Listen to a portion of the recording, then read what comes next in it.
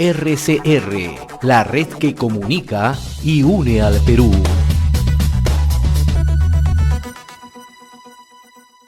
Y como cada sábado a esta hora ya tenemos la presencia a través de el Zoom del doctor Herbert Cuba García. Él se encuentra en Tacna, ¿no? Él es especialista en política de salud pública, columnista del portal El Montonero y columnista habitual en RCR, Red de Comunicación Regional.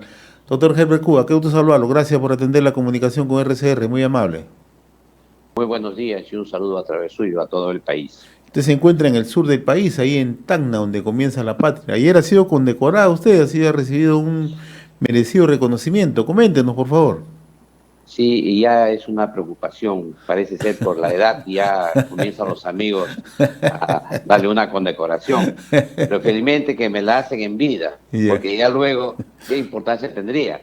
Sin embargo, creo que sí, la gente con mucho cariño, la población de Tacna también, las autoridades, la Universidad Jorge Basadre Groman, que se ha portado de un modo extraordinario. Creo que ha sido una reunión importante y hemos también analizado las propuestas que he presentado en el libro que ya hemos presentado también en este programa, y creo que hemos analizado de alguna manera la historia de la pandemia, hemos visto los aciertos, los desaciertos, hemos analizado el pensamiento de Basadre y qué cosas importantes nos podrían dejar para la pandemia. Creo que ha sido una jornada muy interesante y donde hemos aprendido muchísimo. Bien, merecidos, ¿no? Congratulaciones, doctor Javier Cuba, ¿no? Por todo el esfuerzo que desarrolla usted a diario, ¿no? No solamente con la opinión, sino también con las orientaciones que se dan en materia de salud pública, que tanto se requiere en el país, sobre todo en medio de esta pandemia, ¿no? Y justamente el tema de su última columna está referido a la fallida reforma de la salud, ¿no? Y estamos viendo lo que está ocurriendo en Lima, ¿no? Y usted lo detalla bien en el artículo, ¿no? Las carpas en los exteriores de el Hospital del Niño, ¿no? En Breña, ¿no? Y madres, padres de familia, ¿no? Totalmente desesperados, ¿no? Por ganar una cita, ¿no? Porque simplemente en los lugares donde se encuentran muy alejados de la capital de la República no lo pueden hacer, ¿no? ¿Qué es lo que ha pasado en realidad? Hemos puesto mucha atención, por lo menos en estos últimos 2 años, al tema de la pandemia, lo cual no está mal, ¿no? Pero en los otros tipos de servicios, y esto es una mejor demostración, estamos fallando de principio a fin, ¿no? Mire, el tema de las carpas en el Hospital de Niño no es un tema nuevo. Claro que sí. Tampoco podemos decir que solamente ocurre ahora en esta fecha. Por lo menos desde hace dos lustros, es decir, 10 años, ha habido un problema serio con el acceso de los pacientes que vienen de provincias al Hospital del Niño, pero no solo al Hospital del Niño, también a otros nosocomios de Lima, que acuden de provincias y que se cobijan o se alojan los que tienen familia con sus familiares. Es más, muchos de ellos regresan a provincias sin obtener resultados adecuados o haber concluido sus estudios porque no tienen dónde quedarse en Lima. Se les acaba el dinero, el poco dinero que traen, y eso termina. Lo que ha puesto en evidencia ahora las carpas es que ha aumentado el caso. Ha habido 36 carpas, según la prensa en su momento, y por otro lado también se han agregado gente que realmente necesita esas carpas o estaban ahí por necesidad, pero también en esos lugares se han entrado gente que de alguna manera quiere aprovechar las circunstancias de la enfermedad para promover la mendicidad. Eso se ha tenido que trabajar duramente por parte de las autoridades. Con mucho beneplácito he escuchado que el día de hoy van a crear un nuevo albergue, pero el tema no se resuelve con los albergues. El tema es un tema más de fondo, y es lo que yo analizo en el artículo, que es la fallida reforma de salud. La fallida reforma de salud que se implementó desde el año 2011 para adelante, que implicó además que más que duplique el presupuesto del sector salud, pero que lamentablemente se priorizó solamente la parte de la burocracia y también el tema de la parte curativa, dejándose de lado toda la parte preventiva promocional y sobre todo que se logre el acceso real a la población. Y un concepto que relato en el artículo y que me gustaría que quede muy claro es el concepto de acceso. Hay dos tipos de acceso. El acceso, simple y llanamente acceso, y el segundo, el poder de acceso. Es como decir, la compra, simplemente la compra, y segundo, el poder de compra. ¿Eso qué significa? Usted puede tener derecho a comprar, usted no tiene poder de compra, porque no tiene el dinero. Igual ocurre en la salud. Usted puede tener el derecho al acceso a la salud, pero usted no llega, no tiene poder de acceso, sino pasa usted algunas barreras. Una de ellas son las económicas, otras son geográficas, otras son culturales, otras son ligadas a situación a condición de salud. Hay unas enfermedades invalidantes que hacen que uno no pueda movilizarse adecuadamente a los lugares de atención. Para lograr que la población tenga poder de acceso, se requiere solidaridad social, una solidaridad transversal, promovida desde el Estado, desde el gobierno, que permita que la población no solamente tenga acceso, es decir, que cuando acude a un establecimiento de salud este sea gratuito, sino que además tenga los mecanismos para llegar al establecimiento de salud, transporte, traslado, hotelería, albergues, reembolsos de dinero para que la población que queda puedan subsistir, etcétera. Es decir, son unos mecanismos que se llaman prestaciones económicas y prestaciones sociales, es decir, subsidios directos a la población y también prestaciones sociales, que significa tratarlos con otros pacientes similares, hacer clubes, hacer terapias del trabajo, reuniones, promoción de actividades recreativas, etcétera, que permite precisamente el desarrollo de la salud. Estos aspectos no se tomaron en cuenta en esa famosa reforma del año 2011 y solo se priorizó el tema de curativo y el tema de creer que con la gratuidad, con un aseguramiento que llamado en el establecimiento, la población podía llegar. Y con el agravante de que cuando vas a atenderte te dicen, esa enfermedad que tienes no está cubierta, tu plan es esencial, tu plan es mínimo, no te cubre, pero además te enteras de que el fondo ya no tiene dinero y por lo tanto hay que esperar y no te pueden reembolsar las enfermedades. Con todos esos criterios, eso lo que ha generado es exclusión. Y esto que ha aparecido de las carpas es una expresión de ese modelo mercantilista llamado de aseguramiento de salud. Ahora, el otro aspecto, doctor, es que yo lo comentaba hace un momento, ¿no? Que la frase reforma de la salud sirve para los gobiernos, ¿no? Como un portaestandarte siempre, ¿no? La reforma de la salud, ¿no? Y cada uno le va trasladando los problemas a la gestión anterior, que es lo más grave, ¿no? La gestión de Pedro Castillo ya le está trasladando a la gestión anterior de Sagasti. La gestión de Sagasti se lo trasladó, pues, a el expresidente Vizcarra. El expresidente Vizcarra se la trasladó a Pedro Pablo Kuczynski, Kuczynski hizo lo propio con Humala, Humala se lo traslada a García, García a Toledo y Toledo a Fujimori. Y nos hemos acostumbrado a eso, ¿no? A hablar de reforma sin hacer ningún tipo de reformas. ¿Esto es así o me equivoco? No, en este caso, el proceso de reforma fue continuado. En el caso de la reforma que hizo el presidente Humala, fue continuado, aunque con un pequeño paréntesis en el año 2016 y hasta el 2018, hasta diciembre.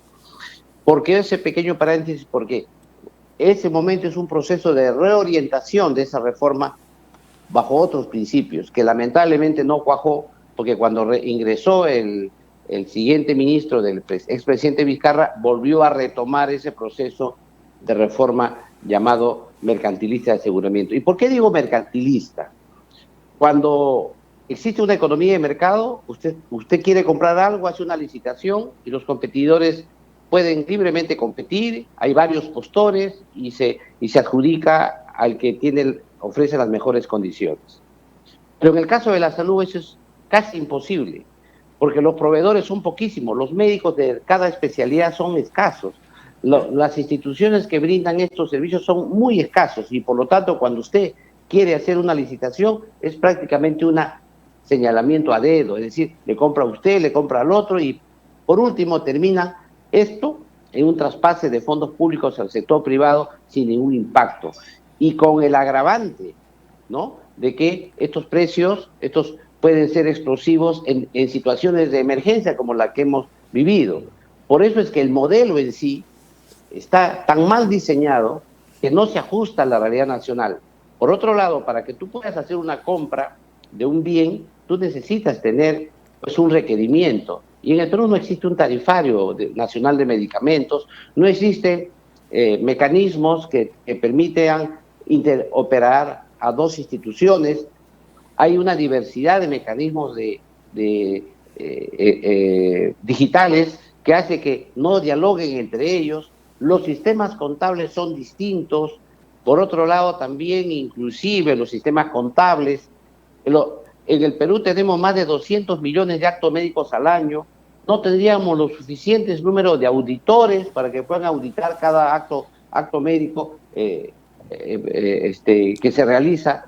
Por lo tanto, todos esos mecanismos son todavía precarios en nuestro país como para imponer un mecanismo de esa magnitud que llamado de esta compra masiva de servicios. Por eso es que este modelo de aseguramiento es un modelo mercantilista que ha demostrado además que más dinero le pones al sistema de salud, más se gasta, pero no se logra el impacto que se requiere en la población. Esto es el problema de esta reforma fallida.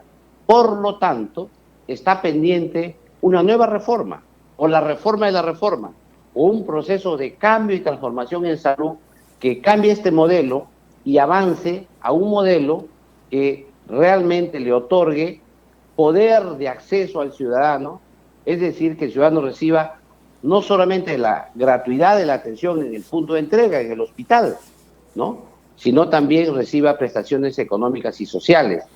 Es evidente que esto no va a ser gratis para la población, son sistemas ya de aportes sociales que hace la gente asegurada y además también una contribución o una alícuota por parte de la caja fiscal. Pero tenemos que avanzar a un sistema nacional de salud que tenga como principio básico la seguridad social universal. Y así como estamos ahora, ¿usted ve una lucecita para estas reformas, estos cambios? Creo que no. La idea que hemos visto todos, un poco preocupados, es que el modelo que plantea el plan de gobierno de Perú Libre, por ejemplo, es un modelo del Sistema Único de Salud que podría implicar la estatización de todo, de tal manera que sea el Estado y el gobierno el gestor de la salud, y eso no resuelve el tema de la solidaridad que estamos planteando nosotros desde el inicio. Pero el segundo punto es que tampoco tienes un basamento científico y tecnológico. Para realizar los cambios que proponemos requieres sólidas bases con evidencias científicas de políticas públicas. Y eso es evidente que es poco probable que ocurra con personas que no están ligadas al mundo de la ciencia, sino más bien a la pseudociencia y quizá, digamos, hasta la chamanería. En consecuencia, creo que eso es una complicación. Sin embargo, se necesita desde la academia, desde los expertos, desde la sociedad civil, hacerle notar al gobierno que es necesario hacer estos cambios, esa transformación que el Perú ya no soporta más, un sistema de salud como el que tenemos. Usted acaba de hacer una anotación bastante directa, ¿no?, en el sentido que si se quieren hacer cambios se tiene que recurrir con personas idóneas, capacitadas profesionalmente, ¿no?, que reúnan las condiciones, ¿no? El actual ministro, ¿cómo está viendo en estos primeros días el accionar? Mire, aquí hay varios aspectos. Hay aspectos políticos y aspectos técnicos. Yo he observado que el ministro de Salud, en la Comisión de Salud, donde ha acudido y también en los diversos foros, se maneja muy bien políticamente. Parece que llega fácilmente al ciudadano común y corriente. Sin embargo, el tema de fondo aquí está en las falencias científicas y tecnológicas. ha sido incapaz de poder explicar con claridad, por ejemplo, cuál es el procedimiento del registro sanitario excepcional que se otorga a un medicamento recién innovado o que recién aparece, que recién se ha descubierto. En este caso, no podía explicar cuál es el mecanismo de este registro sanitario, inclusive hubo una confusión, confundió con Digesa, que es para alimentos. En todo caso, estos temas demuestran que lo suyo no es la ciencia ni la tecnología, y lamentablemente en la medicina lo que salva vidas es la ciencia. Lo ha demostrado la pandemia y lo seguirá demostrando si uno analiza cualquier otra rama del conocimiento. Entonces aquí tenemos nosotros un hándicap en la parte científica y tecnológica, en la parte de la innovación y en la parte de la promoción del desarrollo tecnológico en el país, hándicap que espero el presidente Castillo pueda evaluar y se dé cuenta que es muy complicado conducir un sector donde la masa crítica, la masa gris del sector tiene formación científica y tecnológica, y por lo tanto complicado que lo lidere pues alguien que no se ajusta a esos parámetros. Yo creo que la cancha, digamos, está del lado del gobierno, y esperamos que esta prioridad política que se le da no sea absoluta, porque podría complicar seriamente el desarrollo del sector. Ahora, el otro aspecto, doctor Cuba, ¿no? ¿Cómo es que queremos generar cambios sin un liderazgo en el sector, ¿no? Que también es importante, ¿no? O sea, hoy te estamos viendo cómo el ministro recibe los cuestionamientos de los distintos gremios, ¿no? Creo que esta vez ha sido al unísono, ¿no? Gran parte de los gremios están cuestionando, ¿no? Entonces, esa falta de liderazgo, ¿cómo poder superarla, ¿no? El presidente también tiene miradas confusas frente a este tema, ¿no? Y si el ministro la tiene mucho más todavía, ¿no? Lo que sucede es que politizan, le crean etiquetas políticas a la masa tecnocrática, científica y tecnológica en el país.